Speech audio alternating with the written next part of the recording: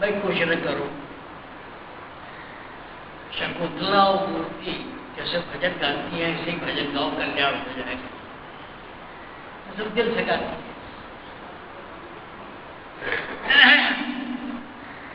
सबसे आसान लीन होके भजन गाओ, उसी से कल्याण हो जाएगा।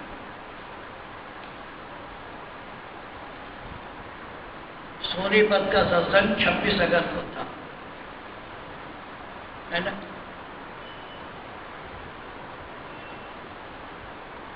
सने अक्सर वहां जाती है, पिछली बार नहीं आई, क्यों? परिवार में भागवत था। उसके बाद वो मिली और उसने एक बड़ी मार्मिक बात कही। उसने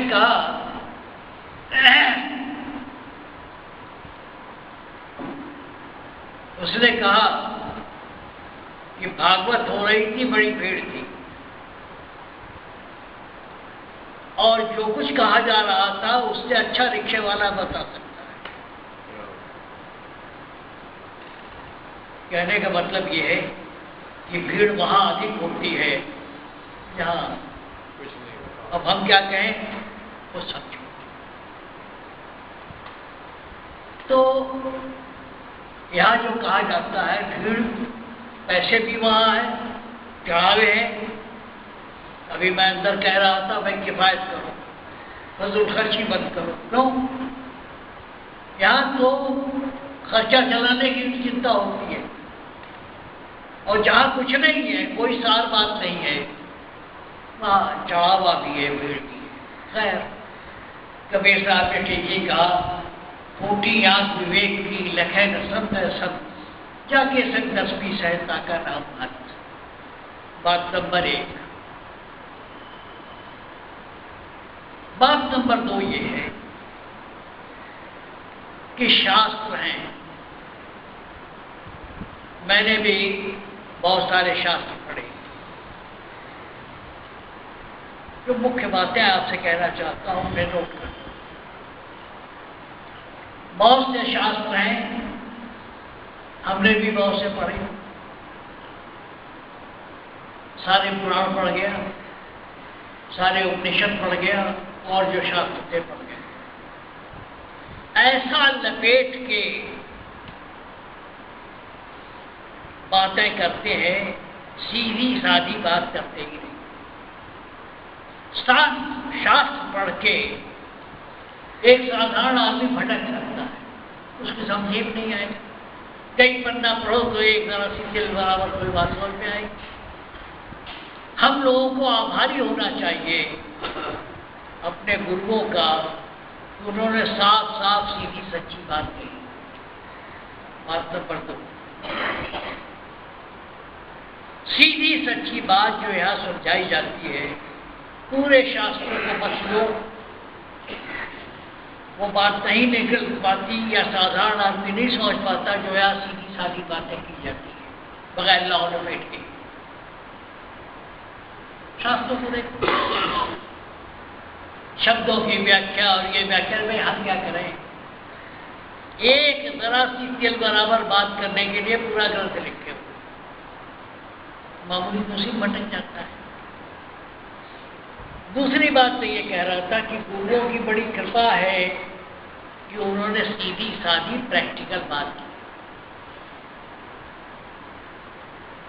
अब तीसरी बात देखो, कर्म है, कर्म भोग है, कर्म है। हम जो है किताबों की बात कम करते हैं। एक मालिक का जो इंतजाम है बराबर है, सबके लिए एक सा है। बाइबल में भी कहा गया है कि मालिक अपनी धूप अच्छे बुरे सबको तो बराबर देता है। धूप ये नहीं सोचता है कि अच्छा आदमी है इसको धूप दो या बुरा आदमी इसको मत दो। कोई पक्षपात नहीं, सबको, सबके लिए धूप है सबके लिए बारिश है, सबके लिए हवा है, तो मालिक का इंतजाम सबको लिए बराबर है। प्राकृतिक चीजें जो है सब बराबर है, फिर भेद क्यों है? एक बच्चा पैदा हुआ, उसने कोई कर्म नहीं किया, वो रोगी पैदा हुआ, उसके हाथ पैर टेढ़े हैं, बीमार रहता है। एक बच्चा पैदा हुआ, पैदा होते ही राजा बन गया। तो बात क्या है? कोई आदमी अमीर पैदा होता है, कोई गरीब पैदा होता है, कोई कुरूप पैदा हो रहा है, कोई सुंदर पैदा हो रहा है। कारण क्या है? इसका जवाब क्या है? ये जो समाज में ऊपर नीचे अच्छा बुरा दिखाई पड़ता है, कोई अंग विहीन है, कोई काना है, कोई लंगड़ा है, कोई लूला है, जिसने कोई गलती नहीं की, जो बच्चा है अभी धरती पर पैदा हुआ, उसमें भी दिखाई पड़ते हैं। ये सब कर्म है, ये कर्म है। इसका कोई और जवाब नहीं दुनिया के पास है। दुनिया के सारे धर्मों में कोई इसका जवाब नहीं है। केवल हिंदुस्तान के वैदिक धर्म में ही कर्म की थियरी है। कर्म की थियरी यही है। कर्म 3 तरह के होते हैं। एक कर्म वो है जो संचित है, पिछले जन्मों का है, उसे भोगना पड़ता है। एक कर्म वो है जो पहले हम कर चुके हैं, संचित है, इकट्ठा है, उसको संचित कर्म कहते हैं। इसीलिए लंगड़े लूले गरीब अमीर पैदा होते हैं। एक कर्म वो है जो हम कर रहे हैं। आज हम फसल बो रहे हैं, 3 महीने बाद उसे काटेंगे, या आज का कर्म है। फिर तो इस तरह से हम आपको ये बात क्यों कह रहे हैं? क्योंकि बगैर कर्म की फिलॉसफी के ये जो विडंबनाएं हैं, जो समाज में ऊंच नीच अच्छा बुरा है, कोई आदमी कुछ नहीं करता, फिर भी बहुत बड़ी ओहदे पे है। कुछ आदमी मेहनत करके थक जाता है, बेचारे को पेट भर रोटी नहीं मिलती। कर्म क्या है? कर्म है। ये क्यों कह रहा हूं? इसलिए कि अच्छा बुरा जो है, जो अच्छा है उसको तो लोग खुशी खुशी झेल ले जाते हैं। मीठा मीठा कप, कड़वा कड़वा थू। तो मैं इसलिए कह रहा हूं कि जो आपके मन के खिलाफ होता है वो आपका कर्म है, उसे शांति से झेल लो, कोई और चारा नहीं है। क्यों कह रहा हूं कि तुम्हारे ऊपर जो मुसीबतें पड़ती हैं, जो तकलीफें आती हैं, वो पिछले जन्मों का है, जिसे कर्म भोग कहते हैं। उसे झेल लो, शांत होकर झेलो, रोने चिल्लाने की जरूरत नहीं। और दूसरा क्यों कह रहा हूं? क्योंकि अब जो मौका मिला है, जब से जागे हो तब से कम जानबूझ के गलत काम मत करो। 2 कारण है कि जो कुछ भी अटपटा है आपके जीवन में, उसे बगैर चीखे चिल्लाए शांति से झेल लो, कर्म भोग है। और जानबूझ के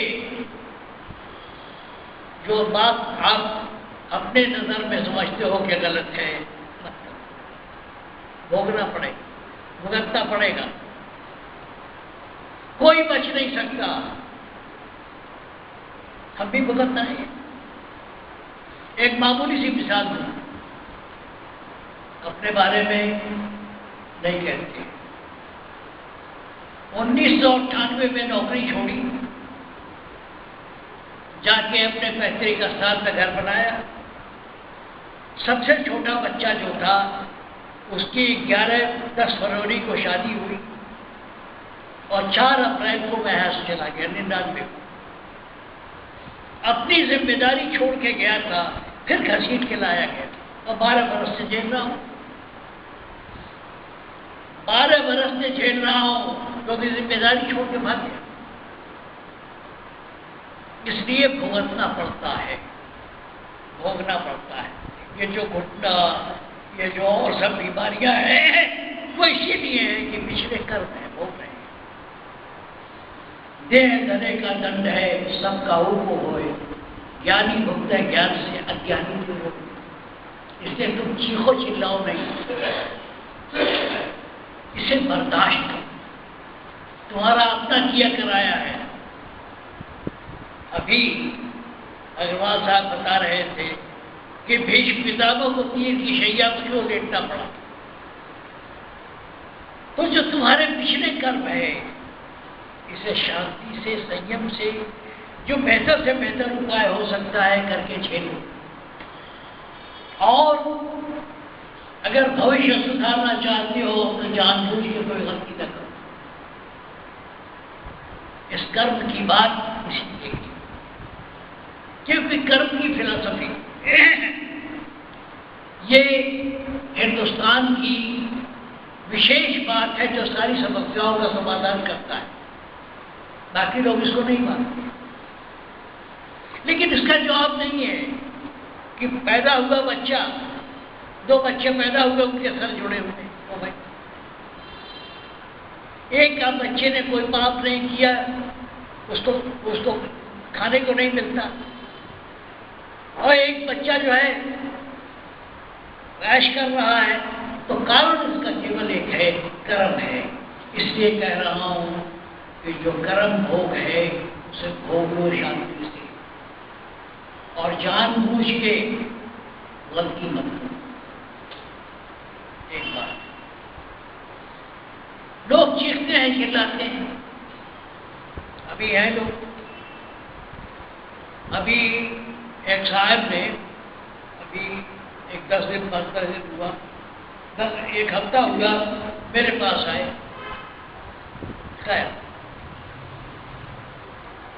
फिर उनके किसी बच्चे का फोन आया कि हमारी किस्मत कब बदलेगी। अरे भाई, तुमसे इतना तो समझता नहीं कि तुम सत्संग में आओ और जाओगे सत्संग। बात क्या है? अरे दिल से पुकारो, पत्थर पिघल जाएगा। आज आपके सामने बैठा हूं, मालिक ने अर्जी सुनी और आज इस लायक हूं कि आपसे कुछ कह रहा हूं। यह नहीं था कि मेरे बाप ने कुछ लिख के दे दिया था, यह नहीं कि मेरे रिश्तेदारों ने कुछ कर दिया था। ऊपर मालिक, नीचे हम, जो कुछ भी हो सका उसने कृपा की, दया की। तुम भी चाहो तो तुम्हें भी मिल सकती है।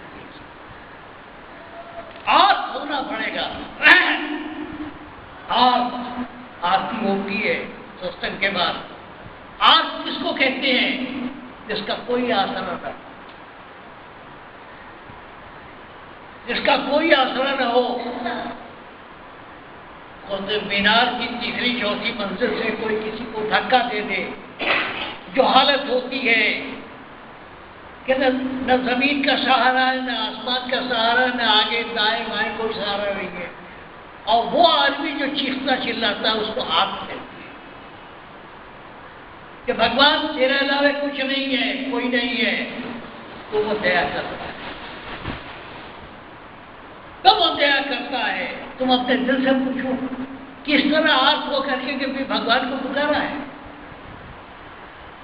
तुम्हारी जो कठिनाइयां हैं उसके लिए अपने इष्ट के सामने तब दिल से पुकारो, पत्थर पिघल जाए।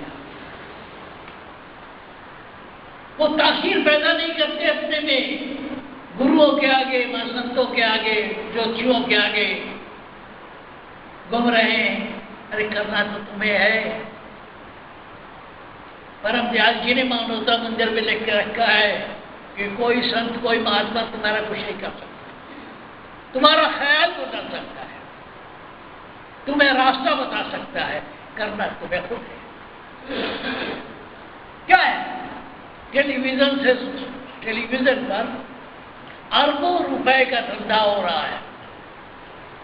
एक तो दुनिया में सही भ्रम है, वो नए भ्रम पैदा कर रहे हैं। लक्ष्मी यंत्र खरीदो, फला यंत्र खरीदो। अरे भाई, तुम्हें अगर लक्ष्मी यंत्र मिल गई है तो तुम टेलीविजन में घूम के सो रहे हो, घर बैठो आराम करो, मजे मारो।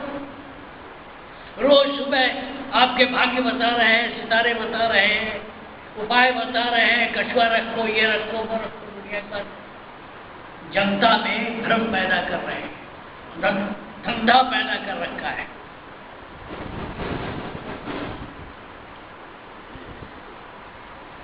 एक तो आदमी वैसे ही बेचारा कंफ्यूज है, ऊपर से 5-7 चैनल जो है नए भ्रम पैदा कर रहे हैं और उनके वहां है। अरे भाई, तुम्हें अगर लक्ष्मी यंत्र मिल गया, धन की वर्षा हो रही है, तो तुम टेलीविजन में बैठने की क्या जरूरत है? घर बैठो, आराम से मिलेगा। कुबेर यंत्र, हनुमान यंत्र, ये यंत्र, वो यंत्र बेच रहे हैं, भाग्य बता रहे हैं, ज्योतिष बता रहे हैं, जंस बता रहे हैं, ये मूंगा पहनो, वो पहनो, वो पहनो। अरे कुछ मत करो। इस सृष्टि को बनाने वाला जो मालिक है, जो तुमने इष्ट बना दिया है, उनकी बात छोड़ो जो डिगुरे हैं। अगर तुमने इष्ट बना रखा है, तुम अपने इष्ट से मांगो तो तुम्हें सब देगा। गुरु धर्म दे, गुरु अर्थ दे, गुरु काम मोक्ष देने वाले। तुम्हारे अंदर ताप नहीं है, तासीर नहीं पैदा कर रहे हो अपने अंदर, जो पत्थर पिघलाते हैं। अरे उस ताप के साथ मांगो, मालिक क्यों नहीं देगा? बाइबल में कहा गया है, knock it shall be opened, खटखटाओ दरवाजा खोला जाएगा। Seek and you shall find, खोजो तुम्हें मिलेगा। कहने का मतलब यह है कि मांगने वाला चाहिए। मानव दयाल जी महाराज कहा करते थे कि फैज का दर है खुला, बंद नहीं है। अब ये शर्त है, कोई मांगने से आएगा,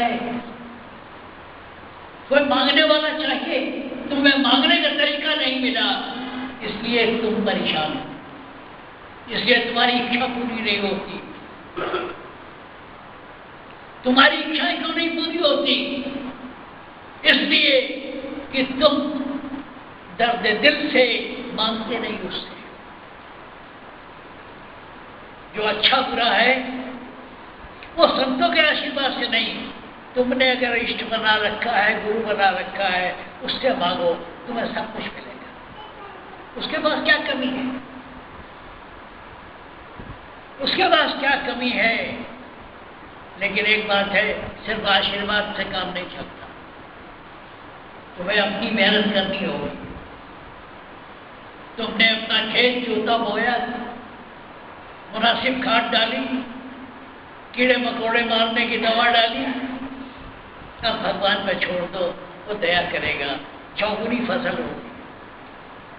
लेकिन तुम खेत बो नहीं, देख रेख करो नहीं, अपनी ड्यूटी करो नहीं, और सिर्फ खेत के किनारे बैठ के मालिक मालिक करते रहो।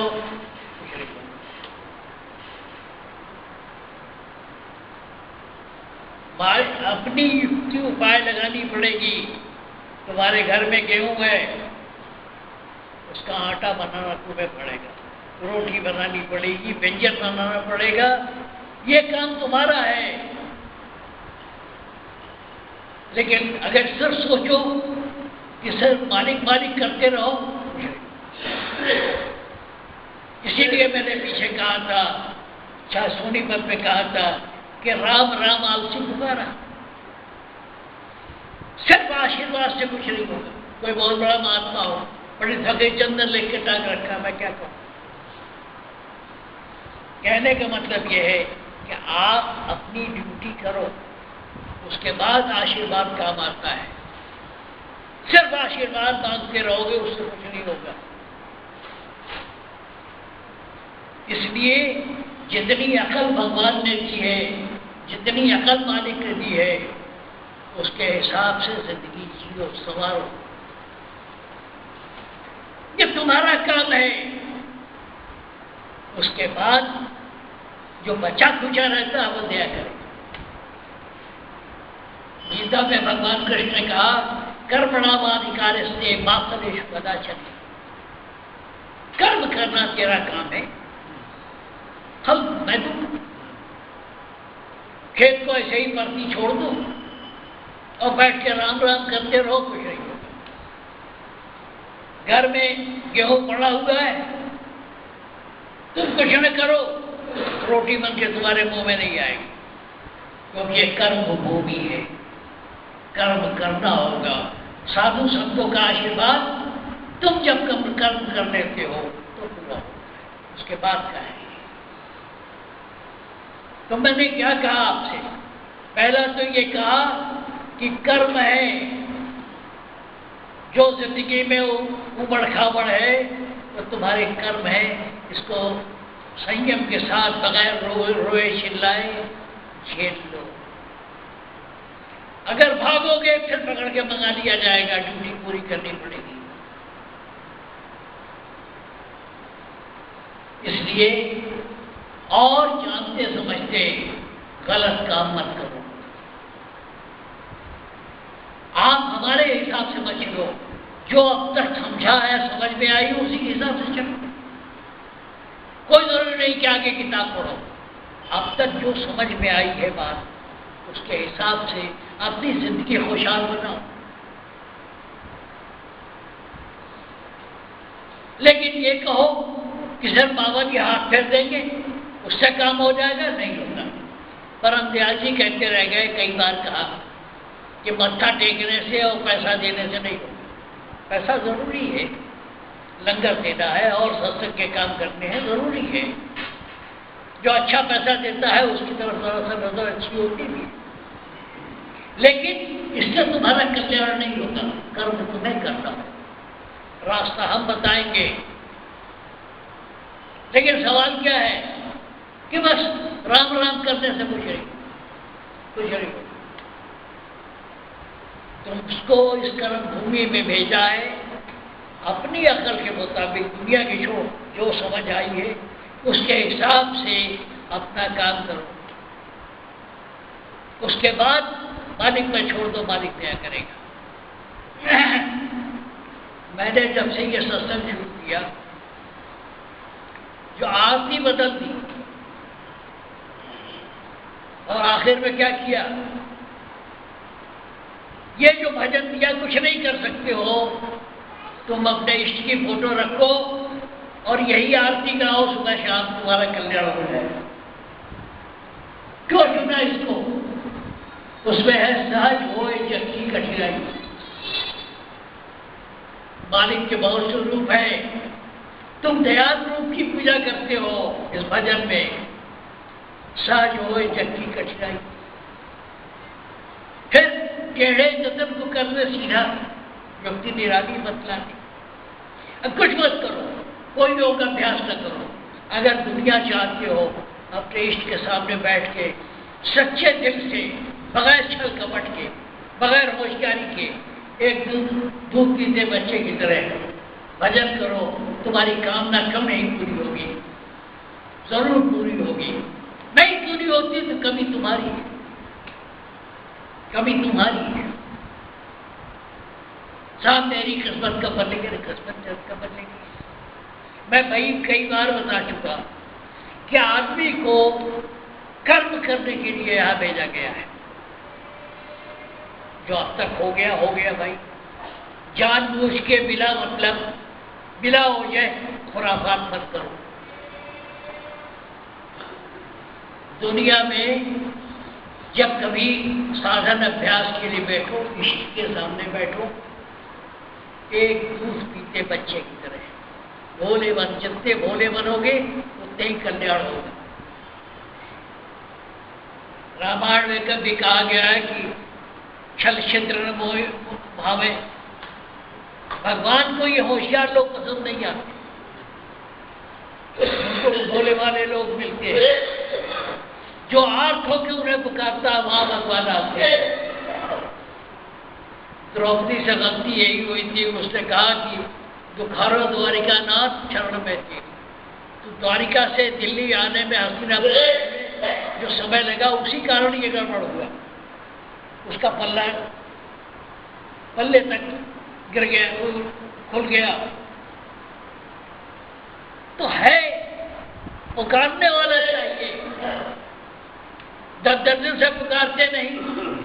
दोष दुनिया का, बीवी खराब है, बच्चे खराब है, बाप खराब है, खानदान खराब है, तुम क्या कर रहे हो?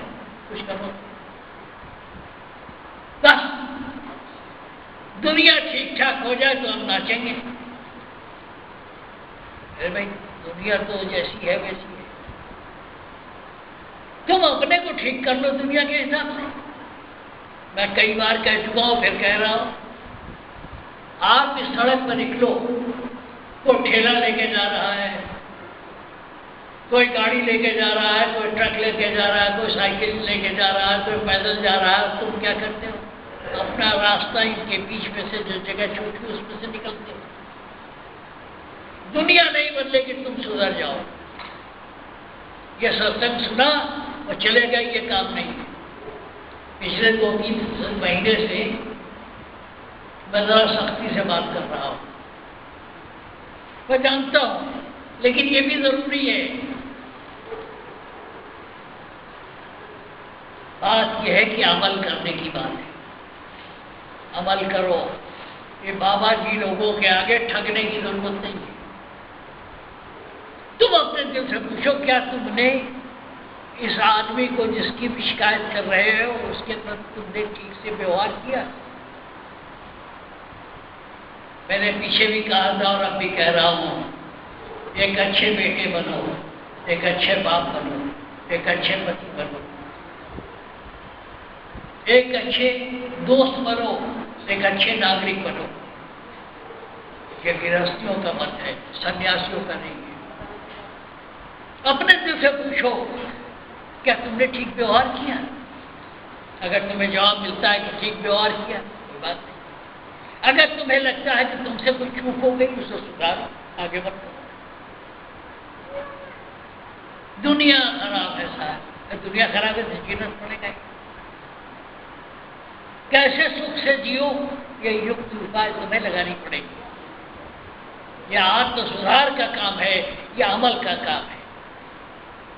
तो बैठे रहेंगे, यह खराब है, वो खराब है, अपनी करनी नहीं देखेंगे। अपना मुंह को शीशे में नहीं देखता। वो एक्ट्रेस खराब है, उसकी आँख ऐसी है, उसके नाक ऐसे है, उसके, तो अपनी शक्ल तो देख। आपा खोजने चले हो, अपने आप को आत्म विश्लेषण जिसको कहते हैं, अपने किए कराए पर सोचा करो। जब एकांत मिले तो अपने कर्मों पर सोचा करो कि आगे कौन क्या बेहतर किया जा सकता है। खुद करेंगे नहीं, उम्मीद करेंगे। इनकम टैक्स हट जाएंगे, 2 नंबर की बही रखेंगे और सोचेंगे कि मनमोहन सिंह इनके वहां वो लगा दे, डे लाइट लगा दे इनके गली में। कूड़ा अपने फेंकेंगे, गंदगी अपने करेंगे, चाहेंगे बिल्कुल ताजमहल की तरह से साफ सुथरी हो। कैसे भाई? कहा जाता है कर्तव्य, वो हक और कर्तव्य दोनों साथ साथ चलते हैं। अपने कर्तव्य करो तब तुम हक की बात कर सकते हो। हक ही, मैं लड़का हूं, आपका फर्ज है, तेरा क्या फर्ज है? तेरा फर्ज है किताब पढ़, नौकरी ढूंढ, धंधा कर। नहीं, बाप ने एक बार 2 मिनट, 4 मिनट, 5 मिनट के लिए कोई गलती कर दी, अब उसका तुम खामियाजा वसूल कर रहे हो। नालायक कहीं के। अरे शेर का बच्चा शेर होता है, शेर का बच्चा किधर नहीं होता। बाप जहां तक लाया है उससे कुछ ऊपर चलो तो लायक हो, वरना कबूत हो।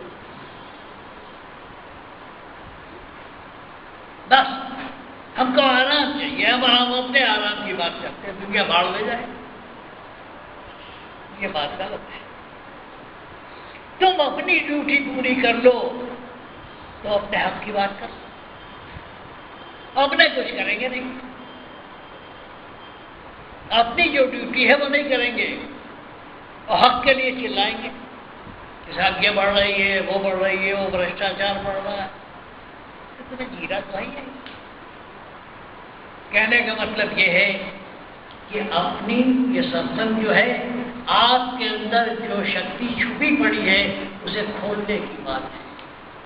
कंडे की राख की तरह, कंडे के नीचे राख है, उसे सिर्फ हटा देना है, आपको जगा देना है, आपको मालूम करना है। इस भ्रम में मत रहो कि हम क्या कोई बड़ा महात्मा आशीर्वाद देने का हो जाएगा। अगर ऐसा होता 35 वर्ष सत्संग दिया पंडित फकीर चंद ने, और मानवता मंदिर में लिख के छोड़ गए, कोई महात्मा तो कुछ कर नहीं सकता, पर किसी को नहीं जाता, बात साफ। इसीलिए भीड़ कम आती है, इसीलिए भीड़ कम आती है। कुछ मिर्च मसाले लगाओ तो बहुत आए। कहने का मतलब यह है कि ये अपने को सुधारना शुरू करो। आ गए सत्संग में तो सबकी सिद्धत हो गई, दुर्मति जाती रही। जो बताया जाता है उस पर अमल करो। सिर्फ बैठे रहने से और अपने मुंह में मिट्ठू बनने से काम नहीं चलेगा।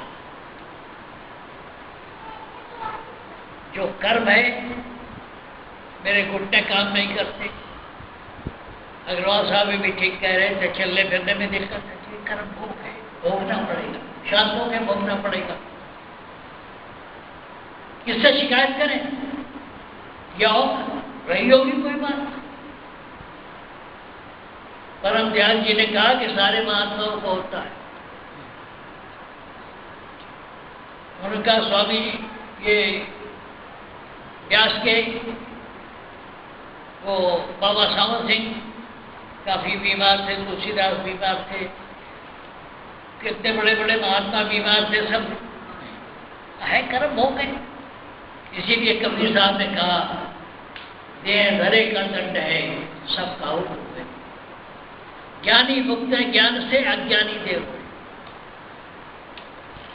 इसलिए कर्म की बात की।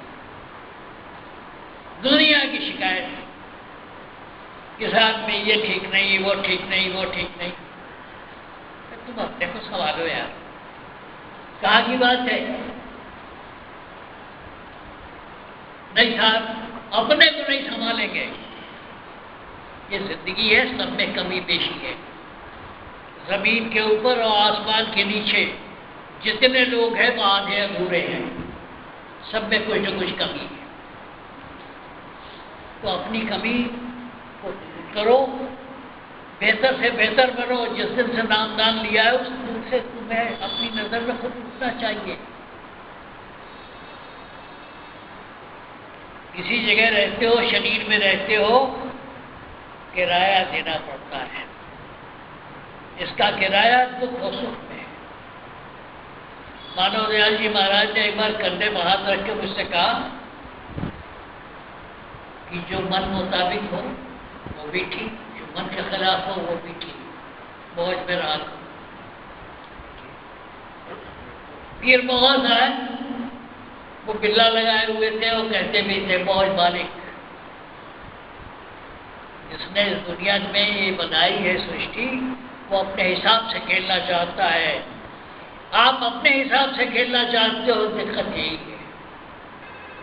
उसके भरोसे रहते नहीं। सरदार जी की तरह केश रख लेना चाहिए, दाढ़ी बाल सब रखना चाहिए, लेकिन रोज हम बनाते हैं तो इसका मतलब मालिक का जो इंतजाम है उसके खिलाफ चल रहे हैं। इसी तरह हर जगह हम मालिक के आश्रय रहते नहीं। रहने का तरीका क्या है? नदी के किनारे पेड़ से जो पत्ते गिरते हैं वो खुद कुछ कोशिश नहीं करते, वो लहर जैसे चलती है उस हिसाब से चलते हैं, अपने को छोड़ देते हैं। इसी को कहते हैं मौज मालिक। ये एक दिन में नहीं होता है, रास्ता रास्ता होता है।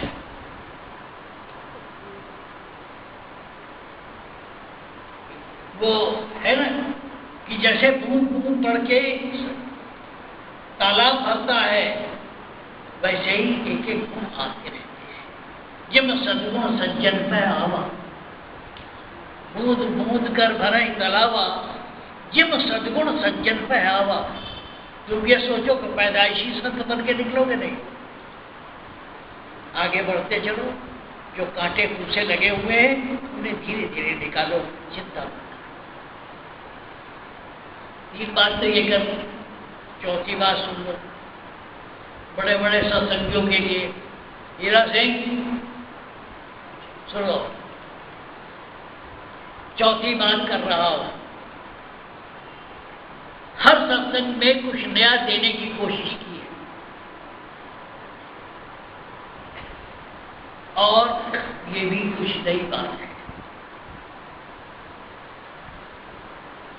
तीन छोड़ चौथा पद दीना, तीन छोड़ चौथा पद दीना, क्या बात है, क्या मसला है? दुनिया में संत मत के अलावा जितने भी मत हैं उनकी भक्ति तीन पद की है, केवल संत मत चौथे पद की भक्ति है। मैं किसी की निंदा नहीं करता, लेकिन सबकी औकात बता रहा हूं। ये जितने और धर्म हैं वो कहां तक ले जाएंगे? या तो स्वर्ग दे देंगे या नर्क दे देंगे। कुछ दिन मुक्त हो गए फिर वापस। और यहां अगर बात समझ में आ गई तो आप इस अड़खंजे से निकल जाओगे। तो चौथा पद क्या है? संतों ने तो बहुत कहा चौथा पद, चौथा पद। चौथा पद क्या है? देखो, एक पद है शरीर। हीरा सिंह, एक पद है शरीर। दूसरा पद क्या है? मन। तीसरा पद क्या है? आत्मा। साबित कैसे होती है? ये पहला पद है शरीर। शरीर है, लेकिन उसके साथ मन है। मन ही जो है ये सारा कारोबार आपका करता है। और फिर आत्मा है। आप यहां बैठे हो, आपकी जो 10 इंद्रियां हैं वो खेल कर रही है। कुछ खा रहे हो, कुछ पी रहे हो, कुछ सुन रहे हो, कुछ ये कर रहे हो। 10 इंद्रियां काम कर रही है। घर जाओगे, ये इंद्रियां धीरे धीरे सो जाएंगी। जो चीज इंद्रियों पर बैठी हुई थी वो उठ के मन में आ गई,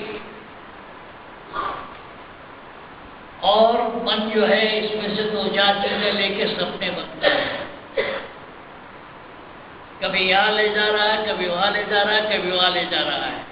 तो वो चीज इंद्रियों से उठ के मन में आ गई, मन सपने दिखा रहा है। और मन भी खेलते खेलते थक जाता है, वो चीज उठ के आत्मा में आ गई। जब मन भी सो गया, जब कुछ दिखाई नहीं पड़ रहा, कुछ अनुभव नहीं हो रहा है, वो स्थिति आत्मा की है। तो ये 3 चीजें तो शरीर में है। ये 3 चीजें शरीर में हैं। जागृत, स्वप्न, सुषुप्ति। शरीर, मन, आत्मा, ये तो हर आदमी के पास है। तो चौथी बात क्या होगी? एक आदमी अच्छा खासा है,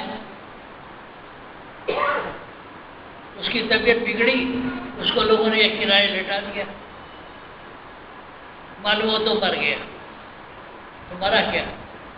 शरीर तो ही रह गया, उसमें से कुछ निकल गया, निकल गया कुछ। इसका मतलब कि 3 चीजों के अलावा चौथी चीज भी है। 3 तो ही रह गए, उसमें से कुछ निकल गया। जो निकल गया वही चौथा पद है। दूसरे ढंग से समझो, एक बच्चा पेट में है, 7 महीने तक तो कोई हलचल नहीं।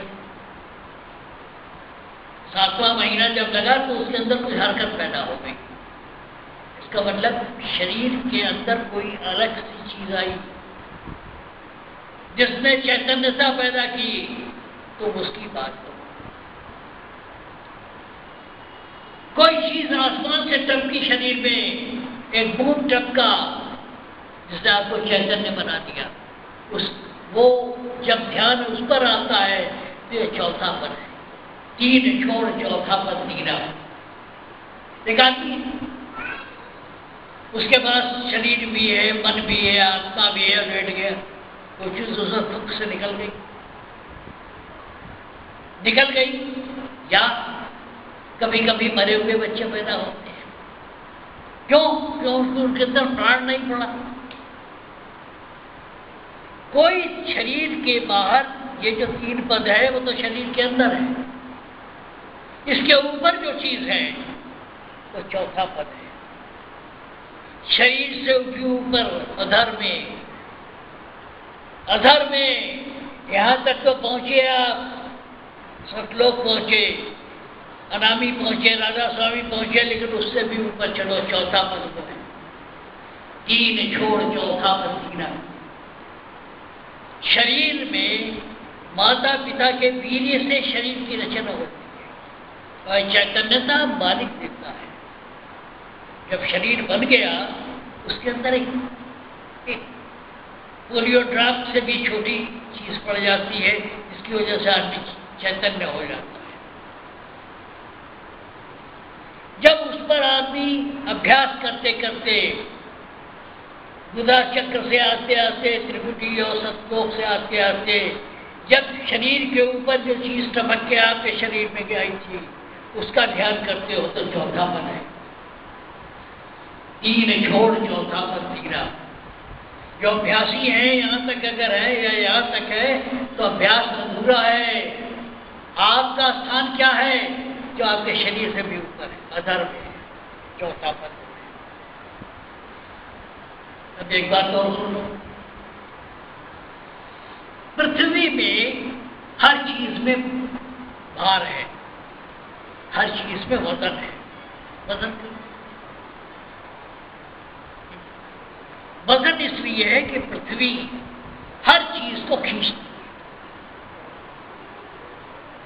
जो लोग चांद पर चले गए हैं, उनके साथ सबसे बड़ी समस्या यह है कि वो तैरते रहते हैं।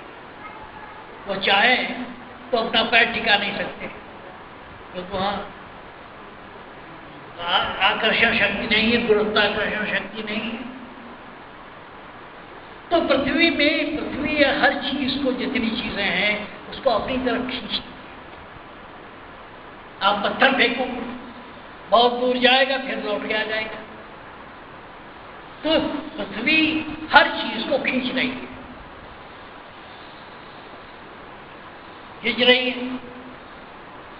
अब अगर जो चीज मैंने कहा कि मुर्दे में से जो चीज निकलती है,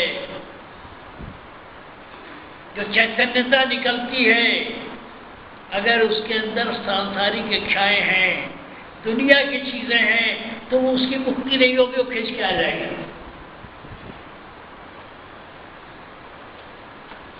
मतलब की बात कही कि अगर मरते हुए आदमी के अंदर सांसारिक इच्छाएं उसके आत्मा के चारों तरफ हैं, तो क्या होगा? मकान, घर, बीवी, बच्चे, उसकी मुक्ति कैसे होगी? क्यों? क्योंकि आत्मा पर सांसारिक इच्छाएं, आपकी अतृप्त इच्छाएं हैं और उसे पृथ्वी खींचेगी अपनी तरफ। ये चौथा पद है। लेकिन हम ये नहीं कहते कि वैरागी हो जाओ। धीरे धीरे वैराग्य आएगा। मंजिल वो है, सांसारिक इच्छाएं हैं, रखो, लेकिन धीरे धीरे ये सब छूटती जाएंगी, फीकी लगती जाएंगी। अगर सही रास्ते पर, गुरु के बताए हुए रास्ते पर चलोगे। इसको कहते हैं उपरा। बच्चे हैं, टॉफी बड़ी अच्छी लगती है, लेकिन अब टॉफी खाने से आपका मन भर गया, जब मन भर जाए इसको कहते हैं उपराम। पंडितों ने बड़े बड़े संस्कृत के टर्म रखे हैं, मैं तुम्हें साधारण आदमी की ज़बान में बता रहा हूँ। उपराम क्या है? जब तबीयत भर जाए, जब तबीयत न करे, आप खाना खा चुके हो, आपके सामने कोई अच्छी से अच्छी चीज़ है, नहीं भाई अब नहीं चाहिए, अब नहीं चाहिए। अगर कोई आदमी गुरु के बताए हुए रास्ते पर चल रहा है, अपनी तरफ से कोशिश कर रहा है, तो एक वक्त ऐसा आएगा कि जब फिर तुम्हें उपराम हो जाएगा। इसी को वैरागी कहते हैं। ये चीजें हैं, आप उन्हें इस्तेमाल भी कर सकते हो, लेकिन अब तबीयत नहीं है, फीका लगने लगे। ऐसा नहीं है कि फीका लगने का मतलब ये नहीं कि जैसे रहे उदास, वो बात नहीं है। कुछ है लेकिन अपेक्षा नहीं। जब तक कोई चीज, जब तक कोई बाधा रहती है, आदमी को इच्छा होती है कि नहीं इसको हम पाले, देख लें, सीख लें। जैसे मैंने आपसे पहले भी कहा कि काली कनोटी काली, अगर गांव में नई औरत आई है तो उसको देखने के लिए पूरा गांव आ जाता है। क्योंकि अगर कोई चीज छुपा के रखी जाए तो उसके अंदर जिज्ञासा होती है कि है क्या, है क्या। लेकिन जब महीने भर बाद वो खेत खलियान जाने लगी तो उसके देखने का वो आकर्षण खत्म हो जाता है। इसी को कहते हैं वो उपराम है, दुनिया में है, लेकिन अब फीका लगता है। बच्चों की तरह वो दौड़ के नहीं जाते, स्थिरता आ जाती है। तो चौथा पद क्या है? आप अभ्यास कर लो, लेकिन मंजिल इसके और ऊपर है। जो चीज आपके अंदर जिसने चैतन्यता जागृत की, उस पर जब तुम्हारा ध्यान टिकने लगेगा तो चौथा पद होगा। और वो चौथा पद कब मिलेगा? जब संसारिक इच्छाएं नहीं रहेंगी या कम तक रहेंगी। शरीर में हो तो भूख तो लगेगी, प्यास भी लगेगी, अच्छी चीजें अच्छी लगेंगी, लेकिन ये आदर्श है, ये मुकाम है, ये बता रहा हूं, अपना फर्ज है। मेरा क्या, लटका पड़ा हूं, शरीर काम नहीं करता क्योंकि हौसला बुलंद है। शरीर काम नहीं करता, न जाने कब तक मालिक रखे सिवा, लेकिन हौसला बुलंद है, कोई चिंता नहीं। इसको कहते हैं जीवन मुक्ति अवस्था। मैंने कई बार कहा, अगर अपने हाथ में छोड़ दिया जाए तो सुखे। ये कैसे कृपा हुई? बड़ा अभ्यास नहीं किया। हाँ, निष्ठा जरूर गुरुपति, मालिक का आसरा किया और जिंदगी खुशहाल हो गई। मिजाजों में यास आ गई है हमारे, न मरने का गम है न जीने की शादी। यास कहते हैं खमीर को, ऐसी खमीर आ गई है कि न जीने की इच्छा है न मरने की इच्छा है, तेरी मर्जी।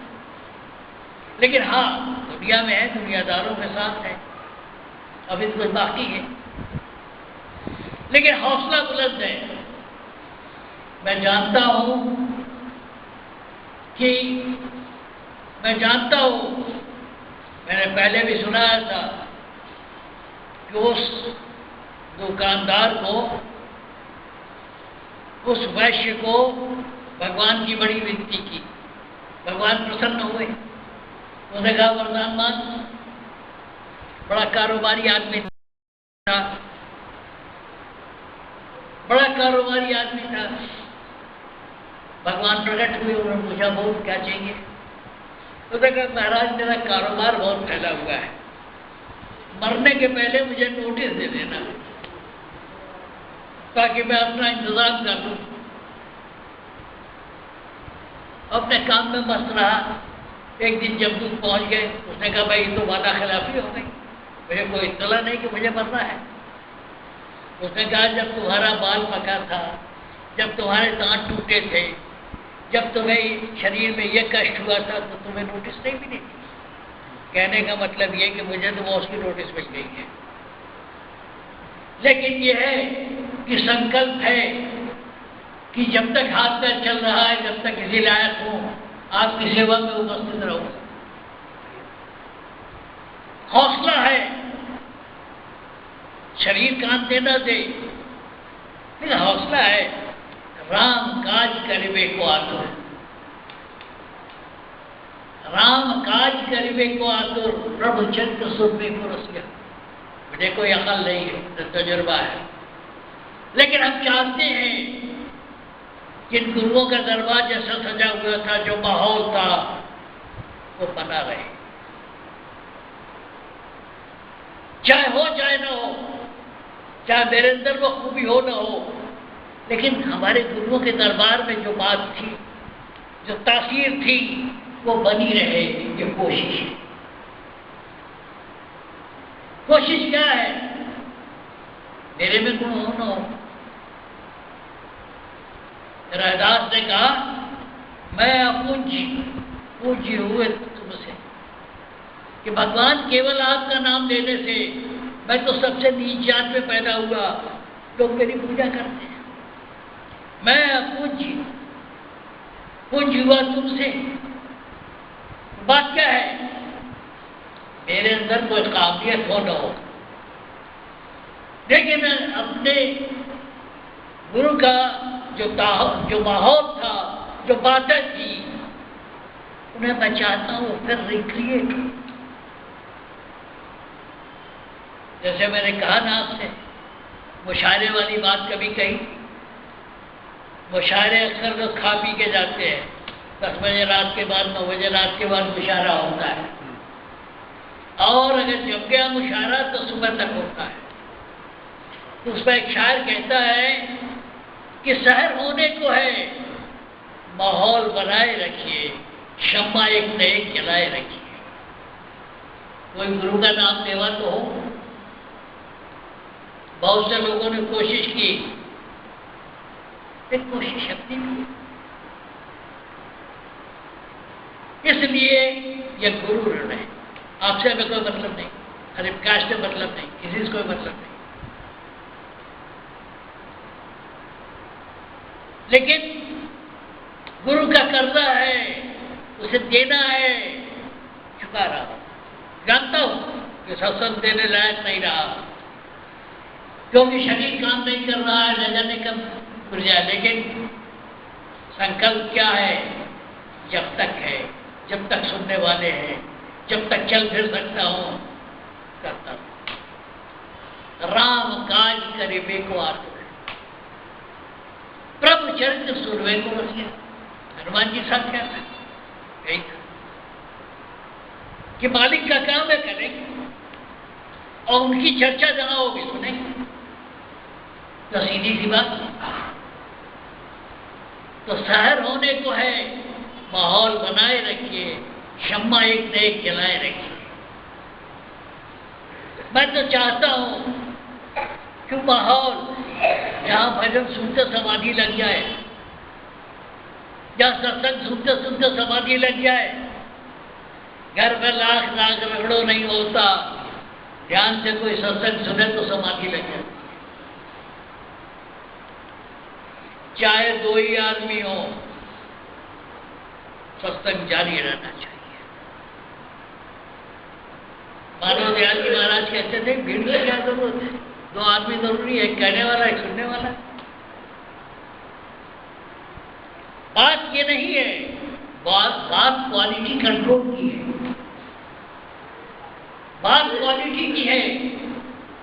दुनिया भाड़ में जाए, चढ़ाते रहो चढ़ावा, 150-200 की हो, 1000-2000 की हो,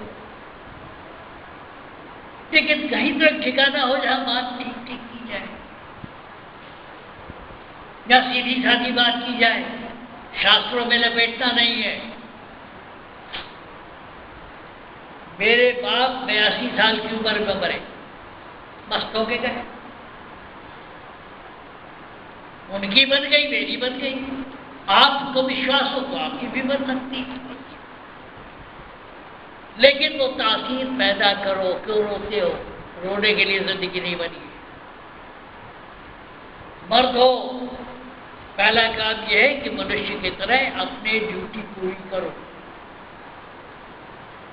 तुमको भ्रम में डालना नहीं चाहता। मानवता मंदिर में लिख छोड़ा है बाबा फकीर ने कि कोई गुरु महात्मा तुम्हारे अंदर नहीं चाहता, कोई गुरु महात्मा तुम्हें दे नहीं सकता है, विचार बदल सकता है, तुम्हें रास्ता बता सकता है, इसके आगे बाहर का गुरु कुछ नहीं कर सकता। जितने पाखंड है वो करने की बात नहीं है। कुछ लोग बस तो धंधा नहीं है, इतनी मिलावट हो गई है, अरबों खरबों कमा रहे हैं, रोज हो रहा है। कोई सुने न सुने, मेरा काम है अजान देना। अजान समझते हैं? अजान कहते हैं मुल्ला खड़ा हो जाता है मस्जिद में और जोर से चिल्लाता है अल्लाह अकबर, उसको अजान कहते हैं। लोगों को यह है कि भैया मस्जिद में आओ, नमाज का वक्त हो गया है। चाहे हो न हो, चले न चले, नहीं कोई आएगा, अकेले घर बैठे मस्त है। लेकिन राम काज करीबी को आतुर, आतुरता क्या है? मालिक का दरबार फिर सजा दे। और ये पचड़े में डाल के ये 25 श्लोक लिखा और उसके बाद धीरे से एक बात बताई। हमारे गुरुओं का एहसान है कि उन्होंने सीधी साधी बात कर दी। तो मैंने आपको इस चौथे पद की जो करिश्मा है, कभी सोचा करो कि आपके अंदर कुछ पड़ा हुआ है, वो चौथा पद है। क्या इसलिए जाता हूं कि वक्त मिले ना मिले, इसलिए मैं जानता हूं कि आज काफी सत्संगियों को इसकी जरूरत नहीं है, लेकिन जिंदगी का क्या ठिकाना, कह जाना ठीक है। कैसा न रहो कि ये लेसन नहीं पढ़ाया गया। आपका क्वेश्चन। और साधारण आदमियों के लिए मैं कहता हूं कुछ मत करो। अगर नामदान ले लिया है तो अपने इष्ट के सामने बैठ के यही भजन गाओ, तुम्हारे सारे दुख दूर हो जाएंगे। राधा